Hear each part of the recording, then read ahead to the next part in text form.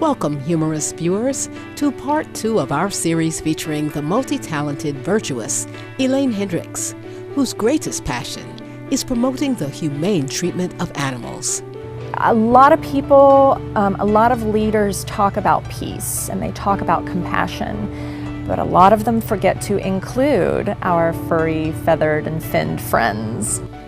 Elaine Hendrix is a vibrant actress known around the world, with over 100 credits to her name, including the Disney films The Parent Trap and Inspector Gadget 2, as well as the comedy Superstar, the documentary What the Bleep Do We Know, and the acclaimed CBS TV series Joan of Arcadia.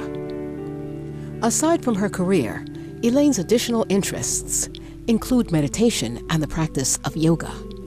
I feel that spirituality is our lives. You know, we can't get away from it. Even people who say, I'm not spiritual. Well, I believe they are. They're just spiritual in their own way. You know, everybody's got their own language. But at the end of the day, I tend to believe that all roads lead to Rome, so to say. Your 2004 movie, What the Bleep Do We Know, it's quite different, exploring the spiritual connection between quantum physics and consciousness. What drew you to doing this project? I had been in that world, but a little bit more through metaphysics. And so when I went in to meet with the director, they really felt like it was a perfect match, because my character really did have to believe in that world anyway of, you know, you are what you believe, and you can have influence over your world.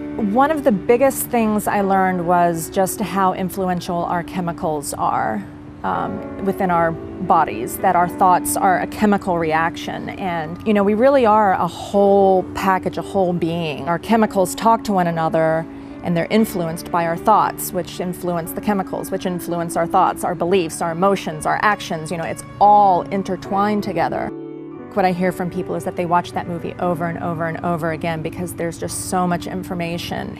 And it's put into as best of layman terms as they could, as well as weaving in a story to kind of help illustrate it so people could get it.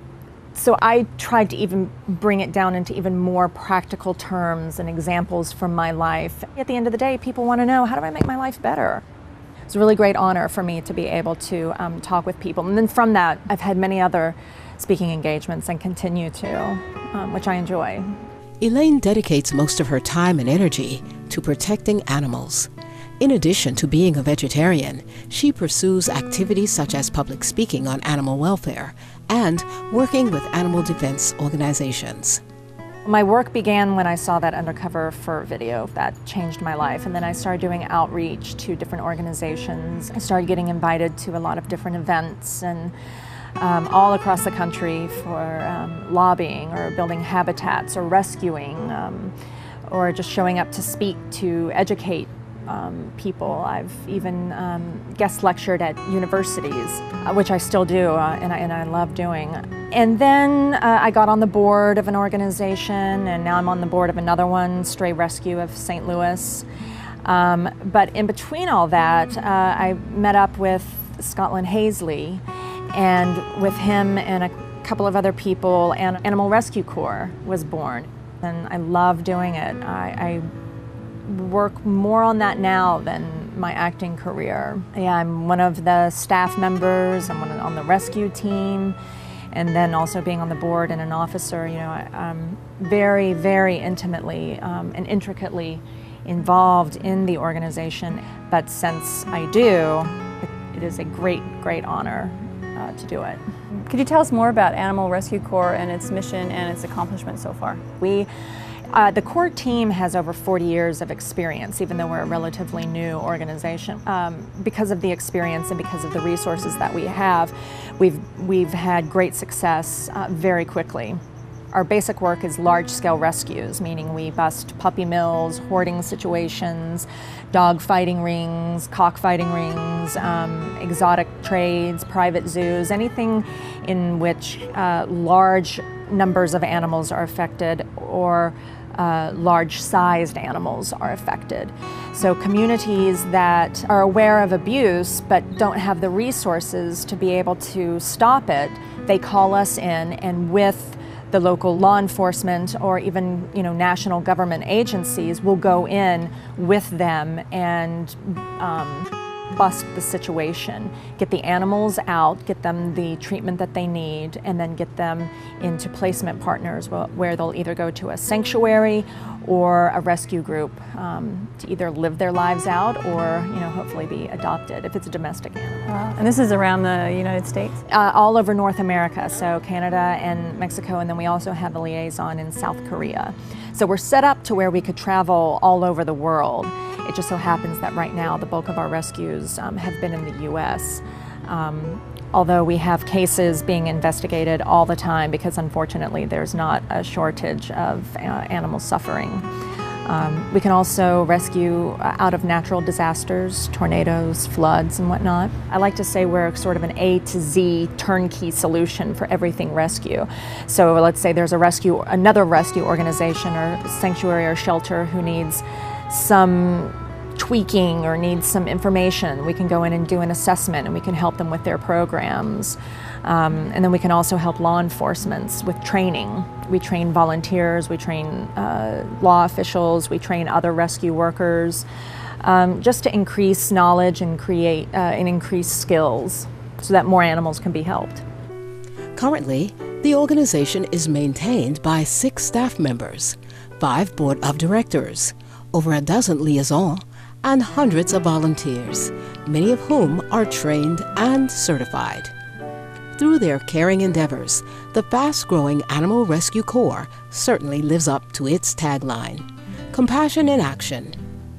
In addition to rescues, Elaine Hendrix also emphasizes the need to raise awareness.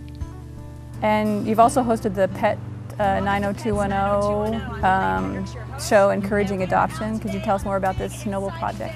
I'm one of the original founding volunteers with Pets 90210. That is the adoption and rescue group as far as like fostering, adopting, spay and neutering portion of my work. And then I have my international work with Animal Rescue Corps. So for me, they go hand in hand, like, get the message out of rescuing and how important it is to get animals out of cruelty situations and suffering situations, and then get them into good, homes, get them adopted and fostered, because so many people think, oh, animals that come from shelters, they're damaged or they're not good in some way. And it's like, no. Ironically, the complete opposite. You go to buy one, you're more likely to get a sick animal or a damaged animal. Elaine herself provides a home for 6 cherished rescued animal companions. So I have a cattle dog and a Jindo, and I have 2 little Chihuahua mixes. This is Dinky, who's one of them. And then I have 2 cats, 2 domestic short hairs, a black kitty and a gray tabby. T-Lock is my cattle dog, who I call my original girl. She came named. I rescued her from people who weren't going to keep her anymore. I found out later I was her 3rd owner, her 3rd guardian. So I thought she'd been through enough trauma. Rossmore is my Jindo, and I found him on Rossmore. He was just wandering around. Dinky, she was also off the street, and because she's so little and such personality, I don't know, Dinky came to me. Blitz is the other Chihuahua, was just racing around like a little demon dog. Kimbo was another rescue. And then finally, little Goody Cornbread. I got him while I was filming Good Intentions, actually. And he was living on this fairgrounds that was used for flea markets. The ever-humble Elaine Hendrix's dedication to protecting animals from suffering is truly remarkable and has gained her much well-deserved recognition. Among your many awards, you accepted the Guardian Award at the 2009 Animal Rights Conference. What did the award mean to you? Well, I think to get any award is a very special thing because it's acknowledging that you've done something in whatever field, something of note. And for me, I feel like the level of celebrity that I have, I can reach a lot of people. And to me, that's how I can give back. That's what I can do. I'll do it regardless of whether I get an award or not, but I was actually truly honored to receive that award, and especially for something that so touches every cell of my being. You know, I really appreciated that. The mayor of St. Louis, Missouri officially proclaimed December 4th Elaine Hendrix Day. Yes, he did. And you got the key to the city.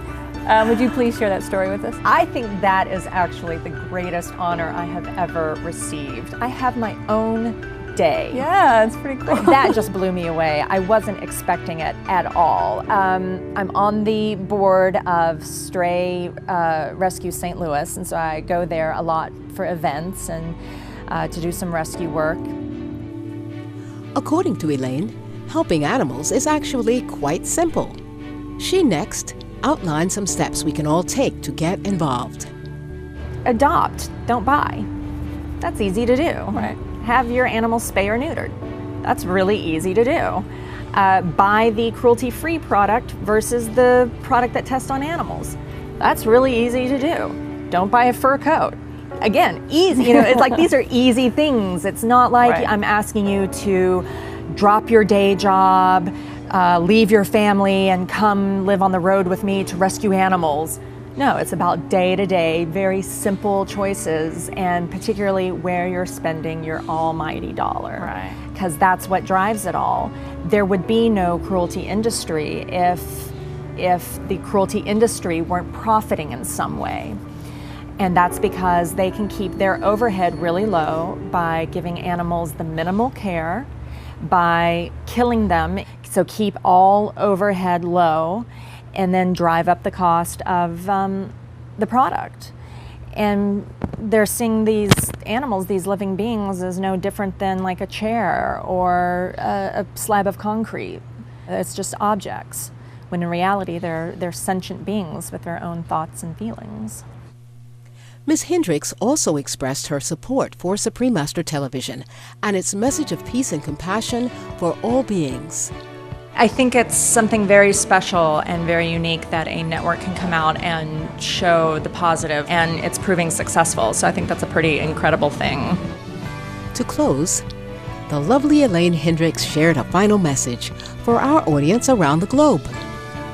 The message that I would like to share is to remember that compassion is limitless. I'm Elaine Hendrix. You're watching Supreme Master Television. Be veg, go green to save the planet.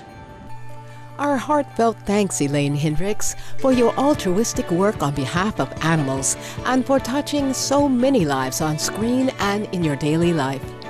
We wish you all the best and heaven's blessings as you continue to beautify our world through your immense talents and magnanimous heart. For more on the vibrant Elaine Hendrix and her noble work, please visit www.elainehendrix.com. Gracious viewers, thank you for your presence today on Vegetarian Elite. Coming up next is Between Master and Disciples here on Supreme Master Television. May your everyday radiate with the light of the divine in the cherished company of all beings. For more details, please visit www.suprememastertv.com/VE.